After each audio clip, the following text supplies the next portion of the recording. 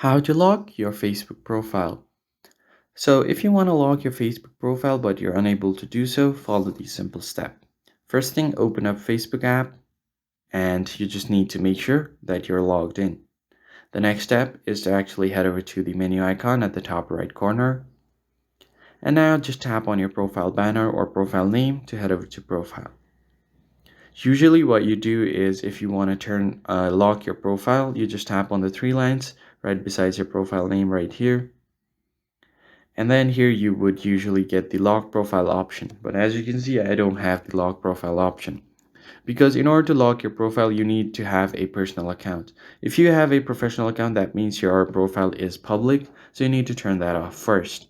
Tap on three lines and then turn off professional mode. Click on continue and turn it off. And once the professional mode is turned off successfully, you can close it out. And now if I go back, refresh, and then tap on three dots again, here I will have an option to lock profile. I'm just going to tap on it, then click on lock profile. And once that is done, you should be able to lock your profile. So as you can see, the profile has successfully been locked. If this was helpful to you, make sure to hit the like button below and subscribe. I'll catch you guys on the next one.